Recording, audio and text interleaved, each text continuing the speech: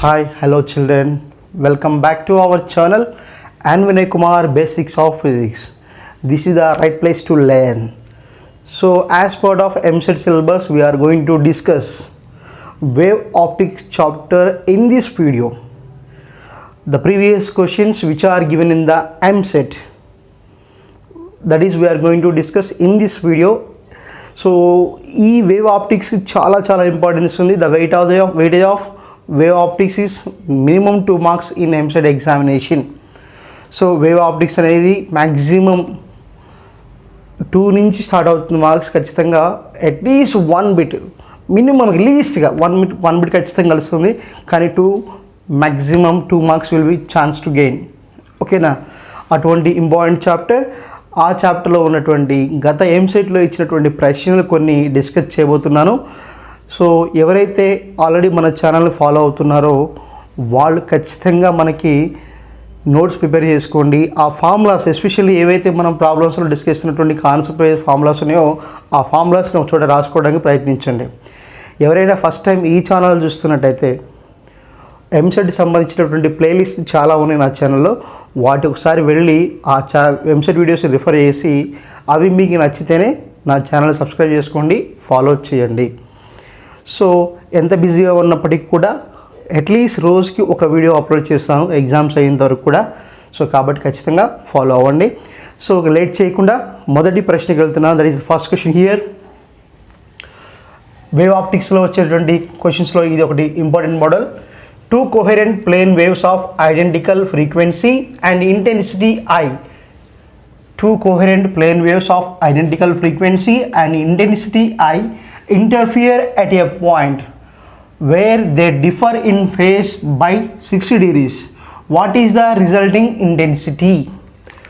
This is given in the 9th September 2020 shift 1. So options are given I, 2I, 3I, 4I. So వాడు ఏమన్నా అంటే 2 coherent plane waves, 2 plane waves ఉన్నాయట. They are having identical frequency, ఒకే frequency ఉన్నాయి, and they have identical frequency and identical intensity. 2 coherent plane waves అనేవి ఒకే intensity కలిగి ఉండి అవేమైనాయంట ఇంటర్ఫియర్ అట్ ఏ పాయింట్, ఒక పాయింట్ దగ్గర ఇంటర్ఫియర్ అయినప్పుడు where they differ in phase by 60 degrees. ఎప్పుడైతే అవి ఇంటర్ఫియర్ అయినాయో అప్పుడున్న ఫేజ్ డిఫరెన్స్ 60 degrees అయితే what is the resultant intensity? So మనకి కన్స్ట్రక్టివ్ ఇంటర్ఫియరెన్స్, డిస్ట్రక్టివ్ ఇంటర్ఫియరెన్స్ ఇవన్నీ ఉన్నాయి కదా.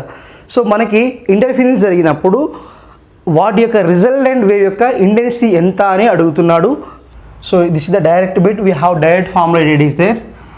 After interference, resultant intensity, I and N ikkada resultant intensity, that should be written as I1 plus I2 plus 2 into under root of I1 I2 cos theta or cos pi. Cos pi. I is what? Resultant intensity. I1 is the intensity of first wave and I2 is the intensity of second wave. So what I want to do? 2 coherent plane waves have same intensity anadu. That's why here we have to write I1 is equals to I2 is equals to I. Clear? So this is what I resultant. Then here what you have to write simply, and what he was given phase difference is how much? 60 degrees. 60 degrees ichadu. Appudu ikkada chuddam. I is equals to I plus 2 into under root of I cos 60. Then what right here? I plus I 2 into under root of I square. Cos 60 means what? Cos 60 means what? 1 by 2. Sin that is equals to cos 60, that is what? 1 by 2. So here square root cancel, then what you get? 2I plus 2 into 1 by 2. 1 by 2. To do cancel, then what you get? 2I plus I. 2I plus I. Here this is what? I resultant intensity. Resultant intensity is equals to 2I plus I. That is equals to what? 3I. 3I. That's why among the 4 options, third option is the right one. గమనించారో లేదో ఇంతకుముందు చెప్పిన question ఈ question ఒకే ఎగ్జామ్లో ఒకే పేపర్లో ఇచ్చాడు. అంటే wave optics నుంచి ఖచ్చితంగా 2 మార్క్స్ స్కోర్ చేసే ఛాన్స్ ఉంటుంది. సో కాబట్టి ఈ చాప్టర్లో మనకు అడ్వాంటేజ్ ఏంటంటే easy problems, easy solutions. That's why you have to more focus on wave optics. 2 marks miss చేసుకోవద్దు. ఓకేనా? క్వశ్చన్ చూడండి. 2 beams monochromatic light intensities 64 megawatts and 4 megawatts interfere constructively to produce an intensity of 100 megawatts. If one of the beam is shifted by an angle theta, the intensity is reduced to 84 megawatts. The magnitude of theta is. Options are given 30, 60, 45, cos inverse 1/3, and this is a given 9th September 2020 shift 1. So first ఏమన్నాడు చూడండి, 2 beams of monochromatic light. Monochromatic light means single wave length. So దాని నుంచి మనకి 2 waves వస్తున్నాయి. ఆ 2 waves యొక్క intensity ఎంత? 64 megawatts and 4 megawatts. అవి 2 ఇంటర్ఫియర్ అయినప్పుడు, ఒకదానితో ఒకటి కంబైన్ అయినప్పుడు ఒక లైట్ని ప్రొడ్యూస్ చేస్తేనే resultant intensity 100 megawatts. Clear? If one of the beam is shifted by an angle theta, ఒక వేవ్ అనేది ఇంకో వేవ్ నుంచి దూరంగా వెళ్ళిపోయింది. ఫస్ట్ 2 ఇంటర్ఫియర్ అయిన తర్వాత 100 megawatts ప్రొడ్యూస్ అయింది. తర్వాత ఏమైందంట, ఒక వేవ్ అనేది దాని నుంచి దూరంగా వెళ్ళిపోయిందంట. అంటే కొంచెం దూరం, ఎంత దూరం వెళ్ళిపోయింది? Theta angle. ఫస్ట్ వేవ్కి సెకండ్ వేవ్ అనేది తీటా యాంగిల్ చేసి వెళ్ళిపోయింది. క్లియర్?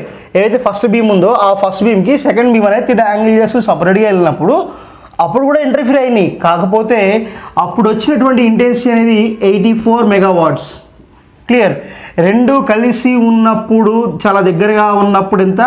100 megawatts ప్రొడ్యూస్ చేస్తే ఒకదానికొకటి ఇలా కొంత యాంగిల్ చేసి వెళ్ళిపోయాయి. ఇలా తీటా యాంగిల్ చేసింది. సో చేస్తున్నప్పుడు ఏమైందంట, 80 megawatsకి మనకి సింపుల్, మీకు అర్థం కావట్లేదు డయాగ్రమ్ రాసిన. సో ఇక్కడ ఎప్పుడైతే మనకి ఇంటెన్సిటీ ఆఫ్ లైట్ ఉంటుందో that should be like a beam. ఓకేనా? సో తీటా యాంగిల్ చేసినప్పుడు ఏమైందంట, ఇంటెన్సిటీ తగ్గిందట. తగ్గినప్పుడు మనకి ఏమన్నాడు, ఆ తీటా యాంగిల్ని ఫైండ్ అవుట్ చేయమన్నాడు. సేమ్ ఫార్ములా, ఇంతకుముందు ఏవైతే ఫార్ములా వాడామో అదే formula. Resultant intensity is equals to I1 plus I2 plus 2 into root of I1 I2 cos theta. So ఇప్పుడు ఈ తీటా వాల్యూ కనుక్కోవాలి. వాడు ఇచ్చిన వాల్యూస్ ఏంటి? ఎంత వాల్యూ తగ్గింది అంటున్నాడు? I is 84. Clear? I1 is 64 and I2 is 4. Second beam యొక్క ఇంటెన్సిటీ 4. కాబట్టి 2 into under root of 64 into under root of 4 into cos theta. So 84 is equals to 64 plus 4 68 plus 2 into root 84 means what?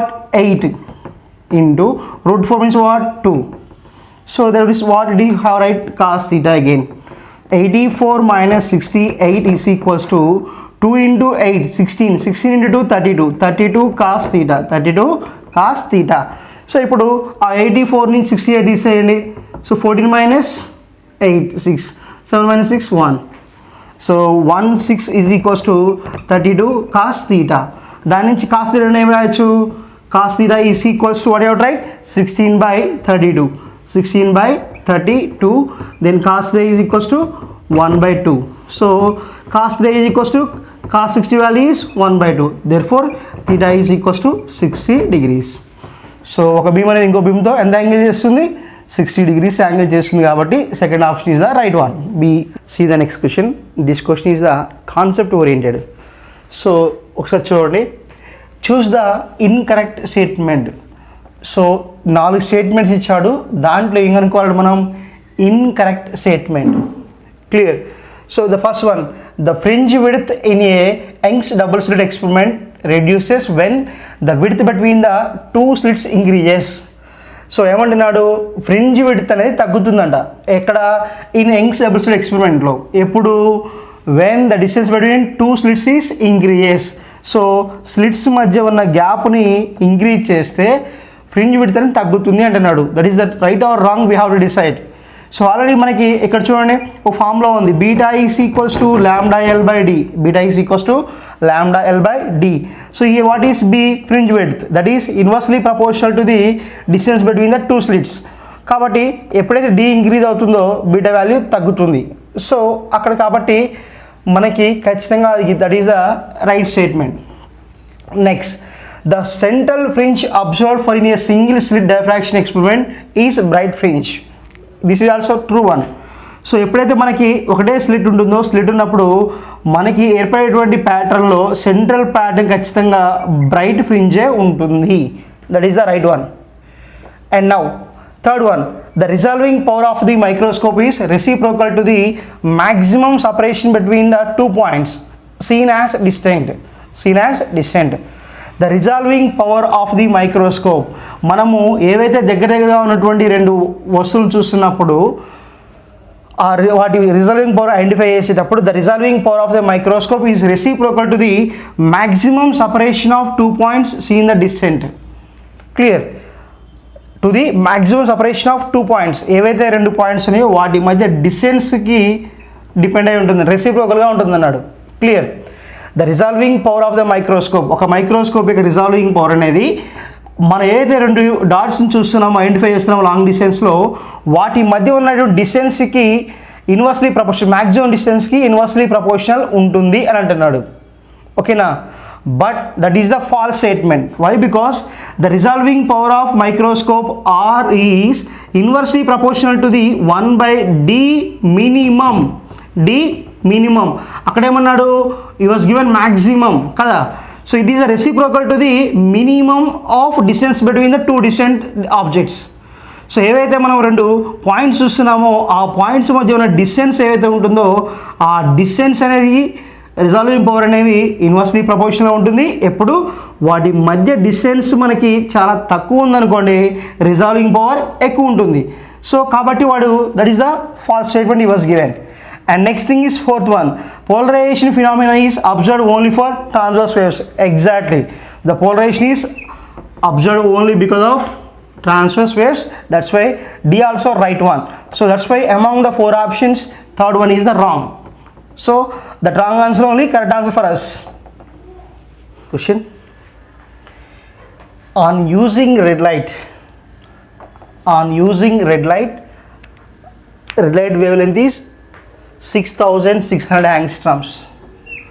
On using red light in Young's double slit experiment,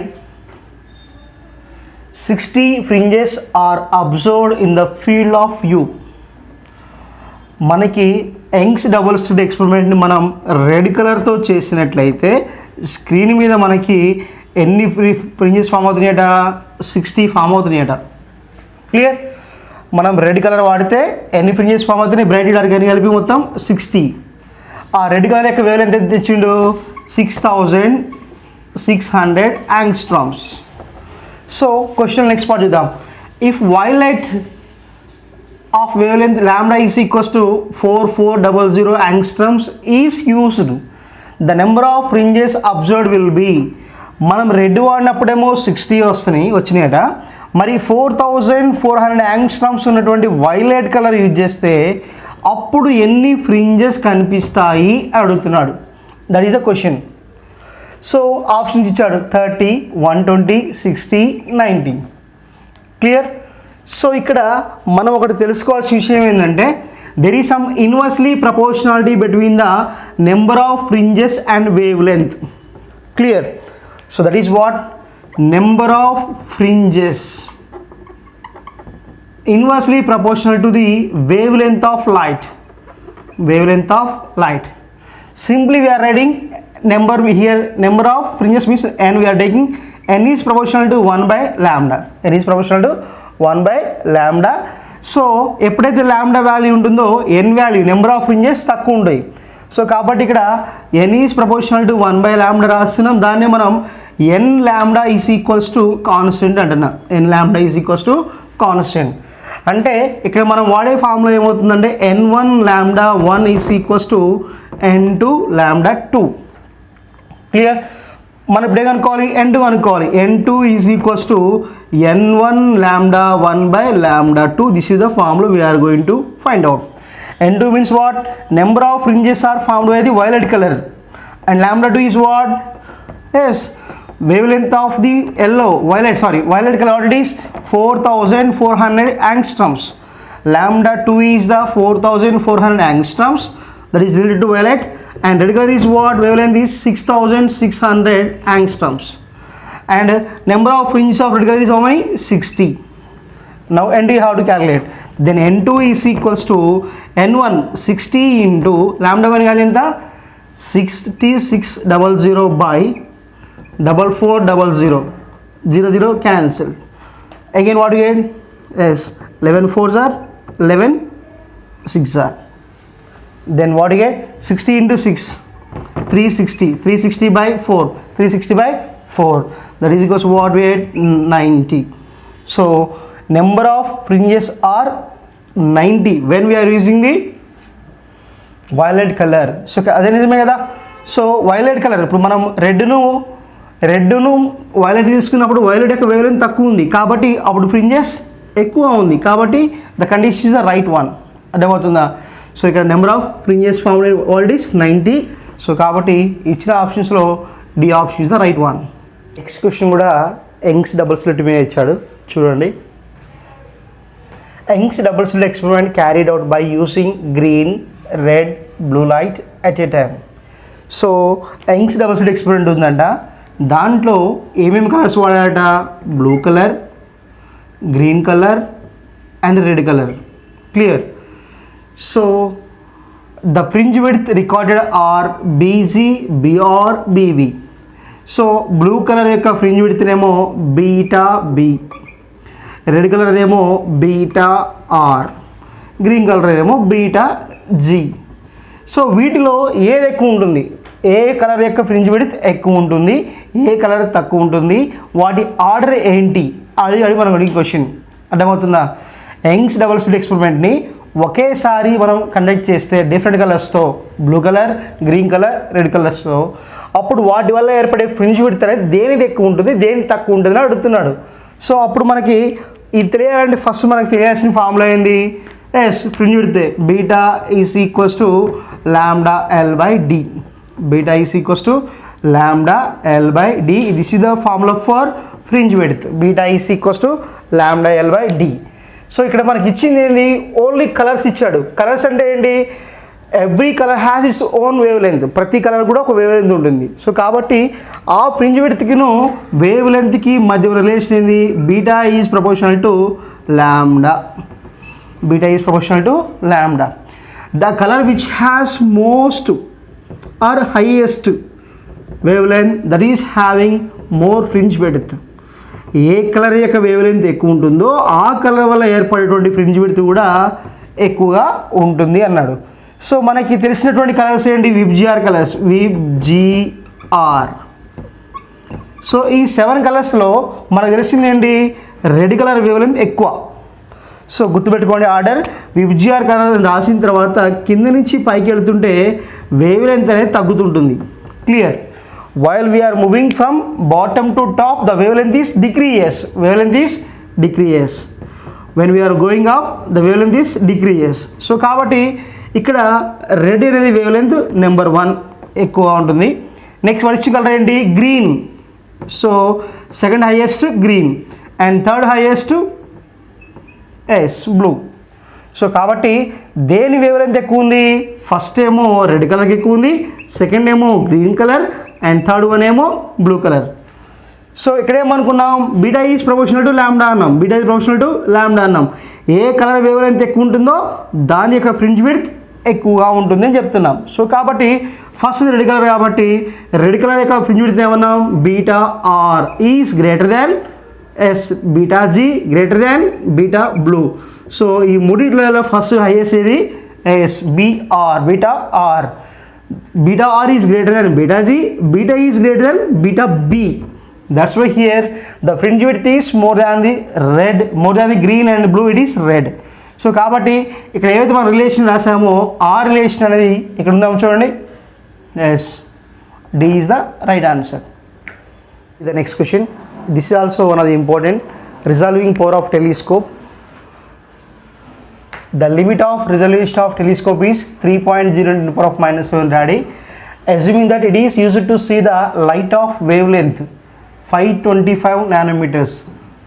And from a star, what should be the diameter of the object? ఒక telescope ఉంది, ఆ telescope ద్వారా ఒక star చూడాలనుకుంటున్నారు. ఆ star యొక్క ఆ star నుంచి వచ్చే లైట్ ఎంతంట 525 నానోమీటర్ వేవ్ లెంత్ అట. సో ఇక్కడ మనకి ఇటు ఉండేదాన్ని ఐ లెన్స్ అంటాం, ఇటు ఉండేదాన్ని ఆబ్జెక్ట్ లెన్స్ అంటాం. ఆ ఆబ్జెక్ట్ లెన్స్ యొక్క రిజాల్వింగ్ పవర్ మనకి ఇచ్చాడు. మనం ఏమనుకోవాలి, what should be the diameter of the objective. So ఆ ఆబ్జెక్టివ్ లెన్స్ యొక్క డయామీటర్ ఎంత, దట్ ఈస్ ద క్వశ్చన్. ఓకేనా.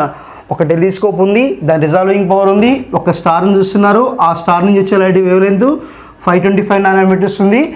అప్పుడు ఆ టెలిస్కోప్ యొక్క ఆబ్జెక్ట్ లెన్స్ యొక్క డయామీటర్ ఎంత మనం అనుకోవాలి. ఓకేనా. సో దానికి ఆప్షన్ ఇచ్చాడు, ఆ ఆప్షన్స్ చూసుకోండి. ఇక్కడ మనకి ఫార్ములా వచ్చేసి the resolving power of the telescope is alpha is equals to 1.22 into lambda by D. So here this is the formula for telescope resolving power. And here d is the diameter of the objective and lambda is the wavelength of light what it is coming from the star and alpha is the resolving power. So కాబట్టి direct substitute చేయండి.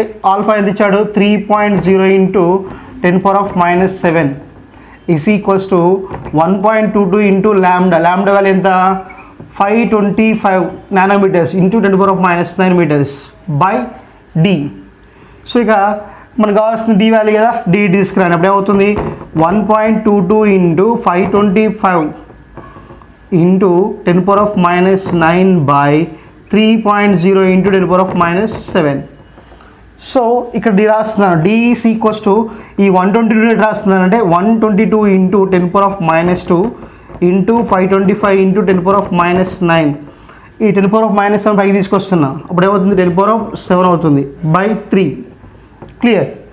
అప్పుడు D is equals to 122 into 525 into 10⁻⁻2 -9 -2 -9 11 again 7 plus 7 what do you get, 10⁻⁻4 10⁻⁻4 by 3 will get. So 525 ఉంది, ఆ 525ని మనం 122తో divide చేద్దాం. 5 2s are 10 and again 2 2s are 4 5 and 2 5s are 10 1050. Next మళ్ళీ 2 ఉంది కాబట్టి 051 0501 again 1 what you get 5 2 5 then what you get 0 5 10 4 and again 6 what you get 64050 into 10⁻⁻4 by 3. Again you can do this one, 64050, 3 2s are 6, again 4 3 1s are 3 1 0, 3 3s are 9 1 1 5, 3 4s are 12 3 0 s. Simply here we are getting 2134 into 10⁻⁻4. It should be written as 21.34 into 10⁻⁻2. So then obviously it is the option is equals to the 2.1 meters 2.1 meters. So already in that we have only 2.1 it is there, that is what, yes, this one A1 only, red one. That's why what you have to say, A is the right answer. This is based on the resolving power of optical instruments. So this is another formula you have to remember. Wavelength of light used in the optical instruments are lambda 1 is equals to 4000 angstroms and lambda 2 is equals to 5000 angstroms. Then the ratio of their respective resolving powers according to the lambda 1 and lambda 2 is wavelength of light used in the optical instruments. రెండు optical instruments ఉన్నాయి, ఒకదాని యొక్క wave length of light used in and optical instruments. So ఒకదాని యొక్క wave length అంటే ఒక optical ఇన్స్ట్రుమెంట్లో వాడేటువంటి wave length ఎంతట, first దాని 4000 యాంగ్స్ట్రమ్స్. అండ్ నెక్స్ట్ రెండో ఇన్స్ట్రుమెంట్ యొక్క లైట్ వేవ్ లెంత్ ఎంతంట 5000 angstroms. So the ratio of their respective resolving powers, the ratio of their respective resolving powers. So అంటే మొదటి దాని యొక్క రిజాల్వింగ్ పవర్ R1 అంటున్నా, సెకండ్ దానికి రిజాల్వింగ్ పవర్ R2 అంటున్నా. సో ఇప్పుడు మనం ఏమనుకోవాలి, R1/R2 కనుక్కోవాలి.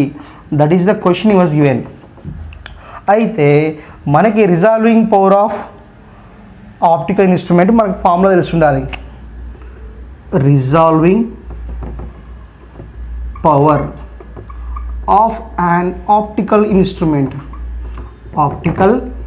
instrument is R is equals to 2 mu sin theta by 1.22 lambda. This is the formula you have to remember. R is equals to 2 mu sin theta by 1.22 lambda. That is the formula you have to remember.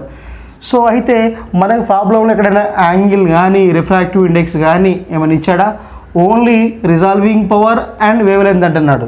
So కాబట్టి వాటి మధ్య relation ఏంటి, R is proportional to 1/λ. R is proportional to 1/λ. So అంటే inversely ప్రపోర్షనల్గా ఉన్నాయి. So ఉన్నప్పుడు మనము వాటి యొక్క రేషియోని ఫైండ్ అవుట్ చేయాలి. సో ఇన్వర్స్లీ ప్రపోర్షనల్ కాబట్టి ఏమవుతుంది, R1/R2 is equals to λ2/λ1. So λ2 value ఎంత, 5000. సో కాబట్టి R1/R2 is equals to 5000 by, and this one is what, 4000. Then what you get, 5/4. Then R1 is to R2 is equals to 5:4. So that's why the option is the right one. See the next question.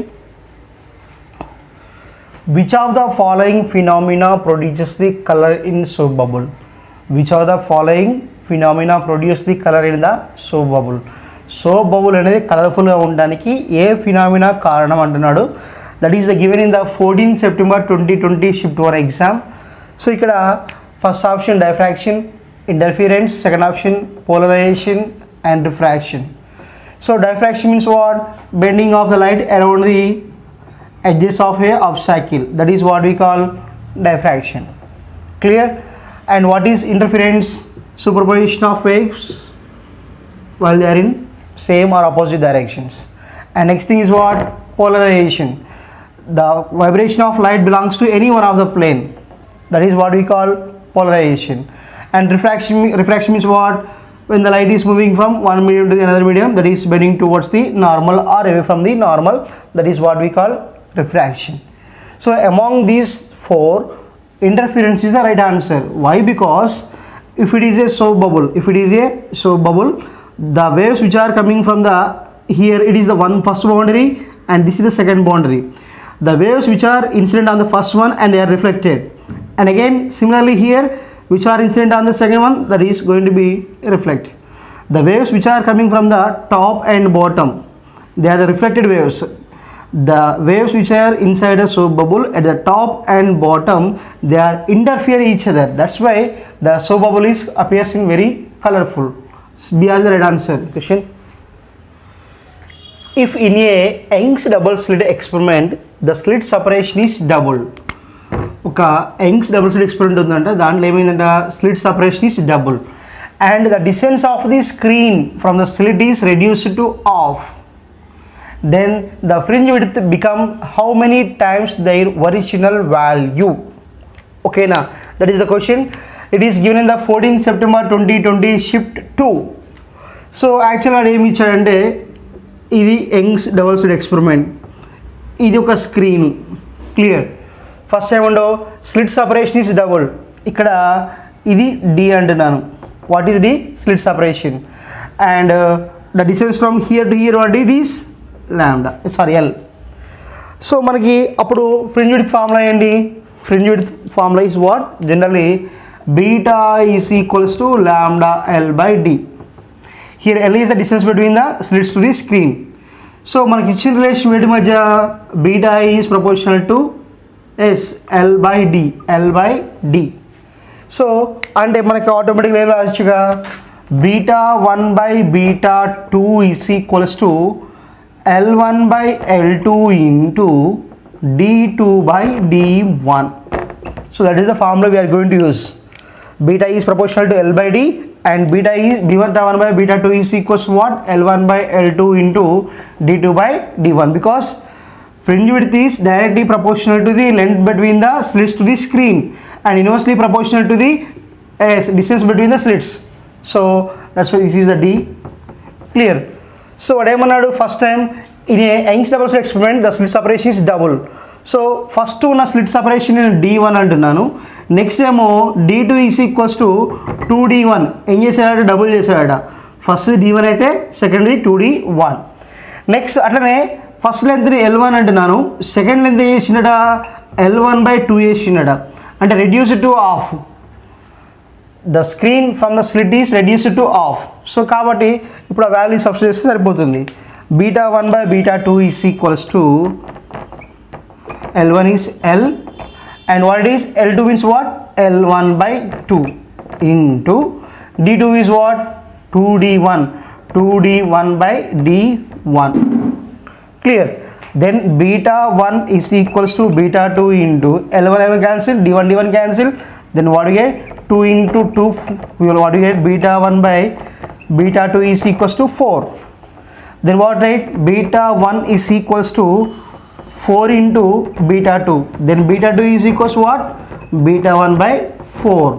So first దాంట్లో ఎంత ఉంటుంది అన్నాడు, become how many times their original value. So దీని ఎట్లా రాసుకోవచ్చు, β2 is equals to 1/4 into β1 we will write.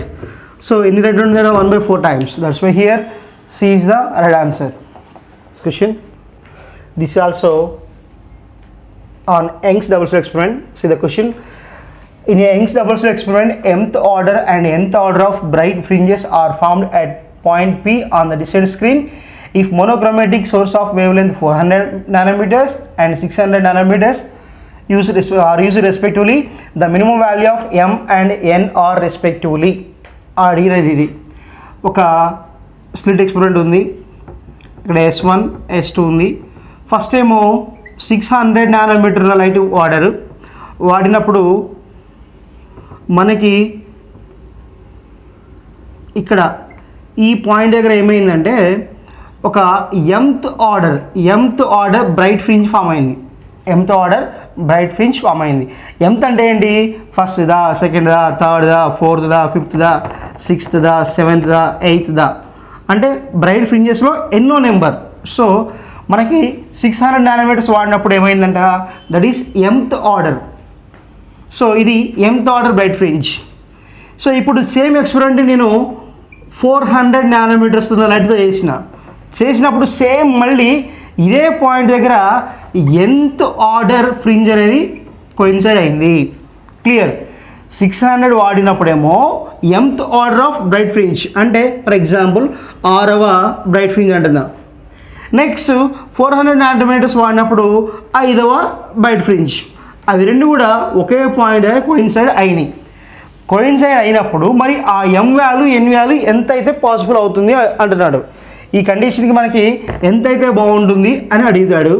M value ఎంత ఉండాలి, N value ఎంత ఉండాలో అడుగుతున్నాడు. ఓకేనా? సో కాబట్టి ఇక్కడ మనకి ఫస్ట్ ఫ్రింజ్ విడ్త్ ఫార్ములా తెలిస్తే సరిపోతుంది.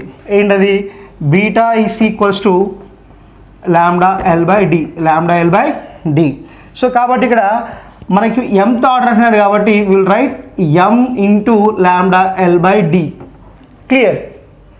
And next β1, that is β2 I am going to say that is what, N. Second కాబట్టి N into λL/D. సో అయినప్పుడు ఆటోమేటిక్ ఏమవుతుంది, రెండు ఒకటే పాయింట్ దగ్గర కోయిన్సైడ్ అవుతున్నాయి కాబట్టి these two are equal. Then what right, M λL/D is equals to N λL/D. Clear? So ఇక్కడ almost ఎలా ఉన్నాం, దీని λ1 అంటున్నా, దీని λ2 అంటున్నాను. ఓకేనా? N λ1 λ2. ఆల్రెడీ ఏమన్నాడు, L వాల్యూ సేమ్ కదా, ఎందుకు స్లిట్స్ నుంచి ఇక్కడ ఏ పాయింట్ దగ్గర అయితే ఫోకస్ అవుతున్నాయో రెండు సైడ్ అదే పాయింట్ దగ్గర ఫోకస్ అవుతున్నాయి కాబట్టి L వాల్యూ సేమ్, అవే స్లిట్స్ కాబట్టి D వాల్యూ కూడా సేమ్. కాబట్టి అప్పుడు ఏం రాయొచ్చు, M λ1 is equals to N λ2 we can write. Then what write, M/N is equals to λ2/λ1. So అప్పుడు ఏం రాయొచ్చు, M/N is equals to λ2 value ఎంత అన్నాడు, how much it is given, first ఏమో 400 అన్నాడు, So 400 and what's the we have write like this, lambda value is 600 nanometer, and first one is 400. Then what write, m by n is equals to cancel 2 3s are 2, yes, 3 by 2. So mn values ఎంత అయితే possible అవుతుంది, 3 by 2 అంటున్నాడు కాబట్టి 3, 2, m value is 3 and n value is 2. Second option is the right one. See the next question, children. This is another new model. This is the question asked in the 3rd May 2019 shift 1. In Young's double slit experiment, a thin sheet of refractive index 1.6 is used to cover the one slit, while a thin sheet of refractive index 1.3 is used to cover the second slit. The thickness of the both sheets are same and the wavelength of light is usually 600 nanometers. If the central spot on the screen is now occupied by the what had been the 10th bright fringe, then the thickness of covering sheet is, so very simple children. A question is చాలా లెంతీగా ఉంది కానీ but solution చాలా easy. First మన concept చూద్దాం. ఏంది concept ఉంది, ఇక్కడ slit S1 ఉంది, ఇక్కడ స్లిట్ S2 ఉంది. ఇక్కడ మనకి యాజ్ యూజువల్ లైట్ ఇలా వెళ్ళిపోయింది, అక్కడ ఫోకస్ అయింది అంటున్నాం. ఇక్కడ ఏమన్నా అంటే స్లిట్ 1 ఉంది కదా, దాన్నేమో ఒక కవర్ అంటించాడు చూడండి. A thin sheet of refractive index 1.6, డైరెక్ట్గా లైట్ ఎలవ్ చేయకుండా ఒక షీట్ అటాచ్ చేశారు, దాని నుంచి లైట్ పంపిస్తున్నారు. దానికి రిఫ్రాక్టివ్ ఇండెక్స్ ఏంటంట 1.6. నెక్స్ట్ సెకండ్ స్లిట్ ఉంది, దాని యొక్క షీట్ ఎంత ఉంది, రిఫ్రాక్టివ్ ఇండెక్స్ 1.3. సో ఈ అంటే ఏంటి, 2 స్లిట్స్ ఉన్నాయి, ఆ 2 స్లిట్స్కి ఒక షీట్, దీనికి ఒక షీట్ వేశారు. బట్ ఆ 2 షీట్స్ కూడా ఏమవుతున్నాయంట, they have equal thickness. We want to find out that equal thickness. Clear? So ఉన్నప్పుడు మనకి ఈ 2 షీట్ అంటే ఇలా స్లిట్ ఉంటే డైరెక్ట్గా లైట్ వెళ్ళిపోతుంది కదా, ఆ స్లిట్కి ముందు ఏదైనా ఒక షీట్ అరేంజ్ చేస్తున్నారు. ఇక్కడ ఫస్ట్ దాంట్లోనేమో 1.6 రిఫ్రాక్టివ్ ఇండెక్స్ ఉన్న షీట్ ఇస్తే, సెకండ్ దాంట్లోనేమో 1.3 రిఫ్రాక్టివ్ ఇండెక్స్ షీట్ని అరేంజ్ చేశారు. వాటి నుంచి వచ్చేటువంటి లైట్ అనేది ఒక చోట ఫోకస్ అయింది. That is the 10th bright band లేదా 10th బ్రైట్ ఫ్రింజ్. సో అయినప్పుడు ఈ సందర్భంలో మనము ఏవైతే షీట్స్ వాడారో ఆ షీట్స్ యొక్క థిక్నెస్ని ఫైండ్ అవుట్ చేయాలి. సో ఇది చేయాలి అంటే మనకు ఫార్ములా తెలియాలి. మనకి ఫస్ట్ థింగ్ ఏంటంటే, ఫస్ట్ స్లిట్ వాడినప్పుడు ఆ స్లిట్ యొక్క వెళ్ళేటువంటి లైట్ యొక్క పాత్ డిఫరెన్స్ ఏమవుతుందంటే, delta x1 is equals to mu minus 1 into T. For the second slit delta x2 is equals to mu2 minus 1 into t. This is the path difference while the light we consider the second slit. Clear? So మన ఇక్కడ delta x is equals to ఏమవుతుందంటే delta x2 minus delta x1. Clear? And this delta x value is what you have to take, that is the n lambda, that is nothing but 10 lambda. Delta x is equals to 10 lambda because that is the 10th fringe. So then substitute here.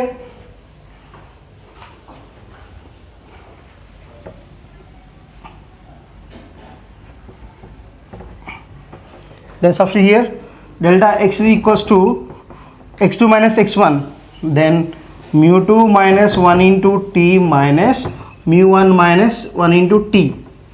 Then what is the mu2 value here? Second one, what was given? 1.3. 1.3 minus 1 into t minus mu1 value is how much? 1.6. 1.6 minus 1 into t. Then delta x is equals to 1.3 means what? 1.3 minus 1, then what do you get? 0.3 into t minus 0.6 into t. Then what do you get? Then here delta x is equals to 0.3 minus 0.6 into t.